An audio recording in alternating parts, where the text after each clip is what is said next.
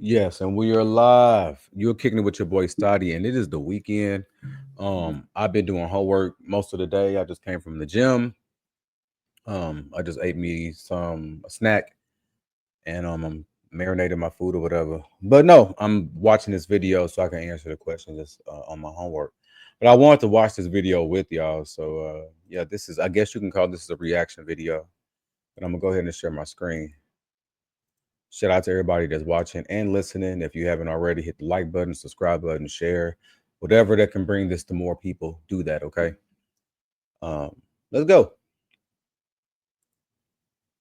Class matters. You probably already know that, and not only because you're a student of sociology, but because you're a person who lives in a society. But do you know how much it really matters? Social class is a huge determinant of many of the most fundamental aspects of modern life, from your education to your beliefs, as well as your values, your occupation, your income, and not only how you live, but also how you die. So let's talk about how class plays out in the lives of Americans today.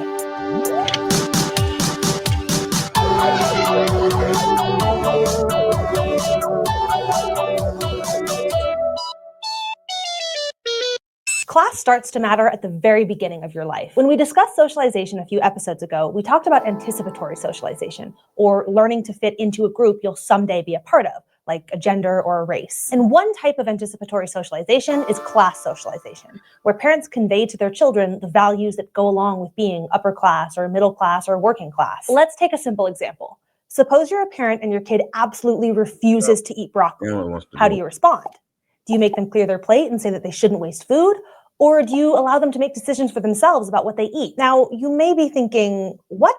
How does eating broccoli have anything to do with class? But how parents from different walks of life approach parenting can differ a lot by class, as American sociologist Annette Lareau found in her research on parenting styles. Let's go to the thought bubble to look at how social class can affect what kind of parent you are or what kind you have. In the 1990s, Lareau's research focused on observing families of elementary school students from upper middle class and working class backgrounds. In doing this, she realized that parents had very different approaches to how they educated and disciplined their kids. She found that upper middle class parents tend to be very involved in their kids' social and academic lives. Think scheduled play dates, after school activities, checking their homework assignments every night. The stereotype of a suburban helicopter mom isn't too far from the mark for some of these families. By contrast, working class parents, who were more likely to have less time and money to devote to these activities, were more likely to be hands-off in structuring their kids' free time. These kids might be more likely to be playing with whoever is around their neighborhood than going on play dates. Basically saying the ones with some money, they got more time to be with their kids and be more hands-on. You feel me? They can basically schedule their lives around their kids. I didn't even know that it was a term called helicopter mama. Did anybody know that? I didn't even know that was a thing.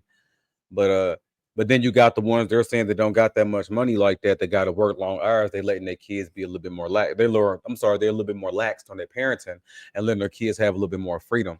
I.e., they get to go outside. You hear me?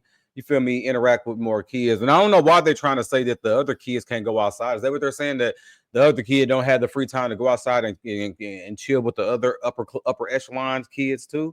Or y'all saying upper echelons kids don't hang out together? Like I don't hang with my neighbor like that because we had two. My mama's richer than that mama, and we got different schedules. And it's interesting. It's interesting to me. I mean, this perspective is not even a perspective I'd be thinking about like that, but it's some truth to it. You know what I mean? All right. Class parents also tend to put a greater emphasis on obedience and discipline compared to their upper middle class counterparts, Lareau found. While a working class parent might tell their kids to eat their broccoli because I said so, an upper middle class parent is more likely to talk through decisions with their children in an effort to encourage autonomy. Ollie and Hannah seem so perfect. I don't understand why is that? Why is that? Yeah, basically saying the one is trying to be more cool and cool with their kids, and the other one's a little bit more strict and is make their kids be more obedient. Interesting. Yes, a toddler's distaste for broccoli and their parents' reaction to it can tell us something about class. And these trends in parenting aren't the only difference in values and beliefs that we see across classes. Political views tend to vary across class groups too, with upper class Americans being more likely to be fiscally conservative and socially progressive, and lower class Americans being more likely to be the opposite. What? That is crazy. You hear me? Conservative and socially progressive, and lower class Americans being more. Upper class Americans are more likely to be fiscally conservative, and the captions there, and something else. Oh, it says it right here. And socially progressive. And lower class Americans being more likely to be the opposite. Sheesh, Pete.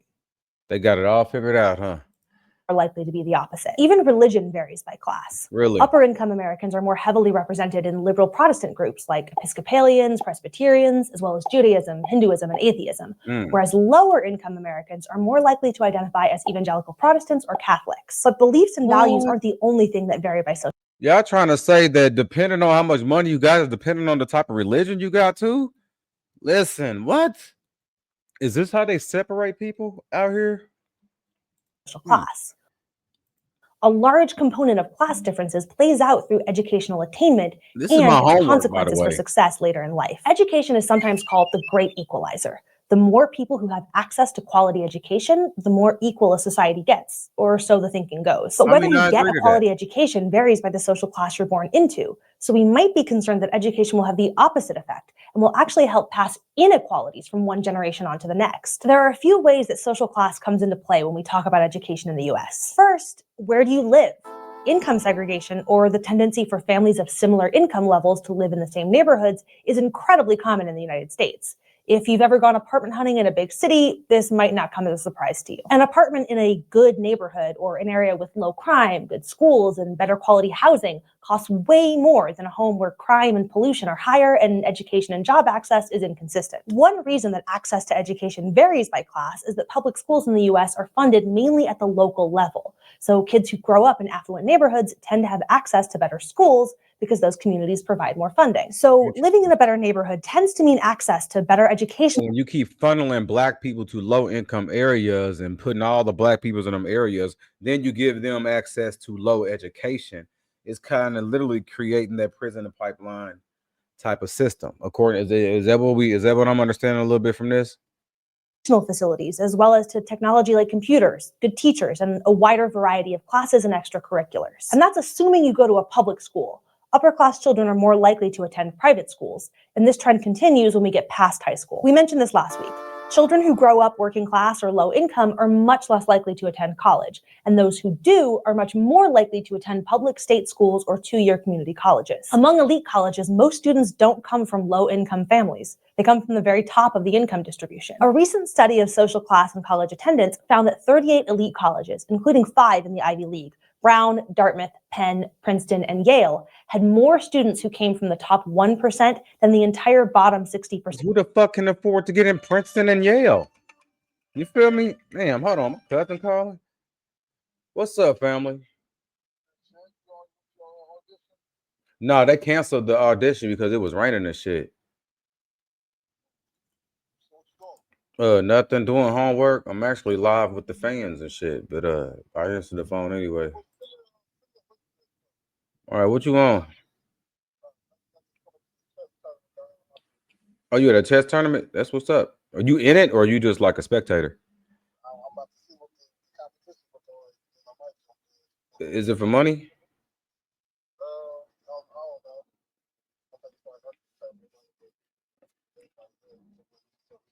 Yeah, well, let me know. Shit, when I get done with all this, I'm gonna put some clothes on and step outside for a little bit. I gotta work tomorrow and stuff.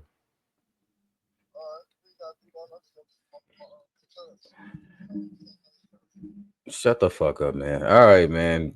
Don't start no shit. Won't be no shit. Bye. Them niggas is crazy. All right, let's go. Of the income distribution. Some of this inequality can afford to get in Princeton and Yale. College access is helped along by the policy of preferential admittance for so-called legacy students whose parents or other family members attended the college. Policies like this entrench class inequalities across generations by making it less likely that those from lower socioeconomic classes will move up the ladder. Plus, the social networks formed within prestigious colleges often are the stepping stones toward jobs and financial success later in life, which again makes it more likely that inequality will get passed on to a new generation. And of course, political and economic power. Well, yes, the ancestors proven that aspect is kind of true. Or tend to be concentrated among those at the top of the social class ladder. Dreaming of being president when you grow up? Of the 10 presidents who have held office in the last 50 years, 6 attended an Ivy League school for either their undergrad or postgrad studies.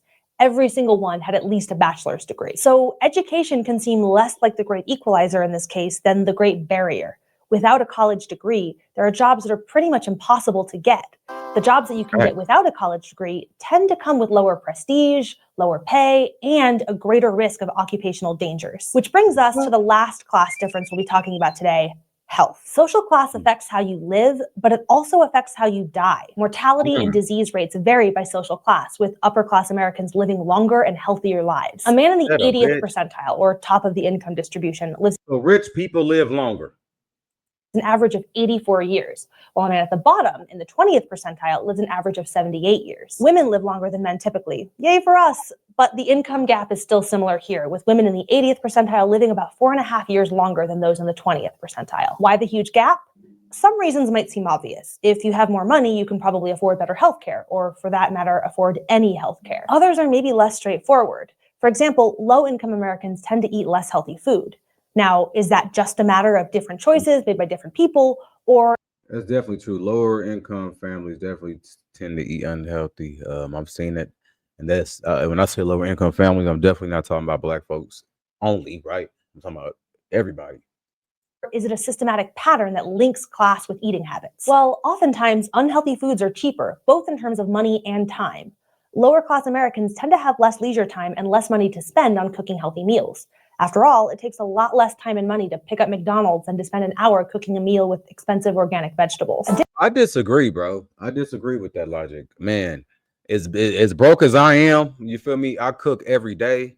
I go out on the weekends to eat. And when I say go out on the weekends to eat, it could be like Subway or something like that. But you know, I feel like for us, we are so used to the fast life that you can literally go to the store and it does not have to cost that much, and you can get you a good meal. I'm talking about a good meal that you'll be smacking your fingers like, damn, this shit is good, and you can cook it yourself. But we've been conditioned to eat unhealthy, and I'm definitely a sole person, a spokesperson. I was a spokesperson for eating unhealthy because I remember every single day, every time that I consumed a meal for myself, it would be fast food. So I would wake up in the morning and well, I would cook breakfast every now and again, but sometimes I would skip breakfast because I didn't want to cook, right? So then I'll go straight to brunch or lunch. Next thing you know, you're getting a 10-piece wing or going to Burger King, get a Whopper. Or if you get up early enough, you can go to McDonald's and get you the shit from there for the breakfast stuff, the McGriddles or whatever. It becomes a system. Then of course that don't give you no energy. Now you gotta take a fucking nap on that.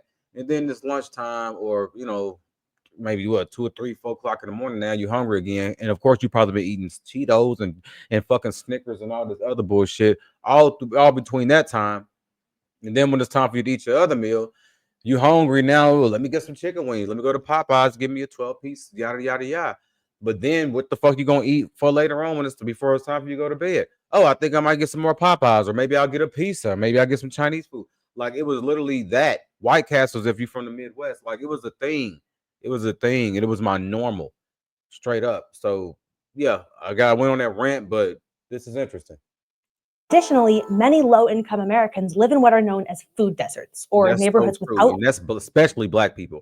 They funnel Black people into low income, even though we know low income could be Black or white or whoever thing, but they funnel particularly Black and brown people into low income environments, and there's no food access but the fucking McDonald's and the White Castles and the Burger Kings and shit.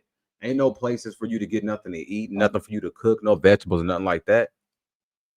Easy access to fresh foods like fruits and vegetables. Other systematic class differences come from the occupations that different. You heard her say systematic. Everything is systematically done. Don't forget that. So when we say they, y'all know who we talking about. Everything is systematically done. Classes tend to hold. Upper and middle class Americans are more likely to be in white-collar, full-time jobs, which generally have lower exposure to dangerous materials and lower risks of accidents on the job. Not to mention more flexible work schedules. Less danger and less stress equals better health. Plus, full-time jobs are more likely to provide benefit packages, including health insurance and paid sick days. It's much harder to take care of your health if you can't take the time off work to go to the doctor or rest and recover. Right. But that's the reality for many working-class Americans. No, seriously, but they're speaking facts. I can go back. It's what they say. It's really hard to take care of your health if you can't take the time off to work to go to the doctor or get the rest and recover. that right there, I can say it again. It's much harder. You can read it. It's much harder to take care of your health if you can't take the time off work to go to the doctor or rest and recover. So the people that work 5 days a week from 7 o'clock to 3 o'clock, especially if you got kids, right? Like, let's think about this shit for a second. You work 5 days a week. Your kid is on a 5 day a week schedule as well. You don't really have time to get sick. You don't really have time because you need to make the money so you can stay on that routine. You hear me? Like, this is real life though. But this is what the American has to go through, right? So when I hear people saying they working 5 days a week, I'm like, yikes on a motherfucking bite. 5 days a week, every day, clocking in, clocking out. You ain't even rested. And if you do get a sniffle or a biffle or spliffle, you can't even take off work. And if you do, you're gonna have to schedule that. Like, everything had to be scheduled. Like, it's a blessing. Like, when you get older, y'all know everybody like to be off on the weekends and stuff like that, and it's time to turn up. But it is a blessing to be able to be off on the weekday and be able to take care of your business and get things done. You hear me? For real. Like, it is a blessing, bro. Because working Monday through fucking Friday, and then if you are a go-getter or you're a hustler, you'll find yourself working on Saturday and Sunday. Bruh, Drake said working on the weekends as usual. Literally working every fucking day. And then you once a year, you might be able to take a weekend off for vacation and get that quote unquote rest and recover. Nah, no, absolutely not. That's not living. Absolutely not. To go to the doctor or rest and recover. But that's the reality for many working class Americans. Class gaps in health outcomes are clearly about more than just having the money to pay for better health care. It's about occupation, neighborhood, income, education, and all the different ways that advantages like these can overlap and determine your life course. That's why social class matters. Advantages like these. Class gaps in health, like literally, but this is class gaps, period. This is racial gaps and everything because everyone don't have access to education. Everyone don't have access to good neighborhoods because of the banks don't want to give you the loans. Everyone don't have access to the good jobs. And when I say good jobs, that could be any job that's paying them fucking bills, right? It don't even have to be a job that requires the education because some of the trades and stuff like that, you know what I mean? Like, literally. It's deep can overlap and determine your life course. That's why social class matters. It gives us a way to identify the advantages and disadvantages that different groups of people share and understand the consequences of those advantages and disadvantages. Today, we discussed 3 types of class differences. I want to know what y'all thought about that, man. This was a very interesting video. This is what we discussing. We're actively discussing this in class. Just really good content. Things that I don't even be thinking about, but they teaching classes on. This is sociology, by the way. I have no idea why I decided to react to this with y'all, but I wanted to react to it. You know what I mean? It was something that was on my mind. I was like, you know what? Let me watch this with them. And now I got to do my homework because you're supposed to watch this video and then you got to do your little answer your questions and do your paragraphs and shit on it and all that. But yeah. Tell me what y'all think about this below. This is just something quick while you're on your way or while you're trying to wrap up your day, little thing. I appreciate everybody that's been listening, rocking with me. Go ahead and hit the like button, subscribe, share this podcast, share this video. We're not going anywhere. If the Lord see fit, I'll still be right here. Shout out to Medjunetta.